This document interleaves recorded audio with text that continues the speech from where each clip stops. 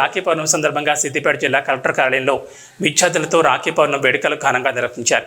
ఈ రాఖీ పౌర్ణమి వేడుకలో కలెక్టర్ మను చౌదరి పాల్గొన్నారు. కలెక్టర్ మను చౌదరి, అదనపు కలెక్టర్ శ్రీనివాస్ రెడ్డిలకు చిన్నారులు, ఉపాధ్యాయురాళ్లు అందరూ కలిసి రాఖీలు కట్టి శుభాకాంక్షలు తెలిపారు.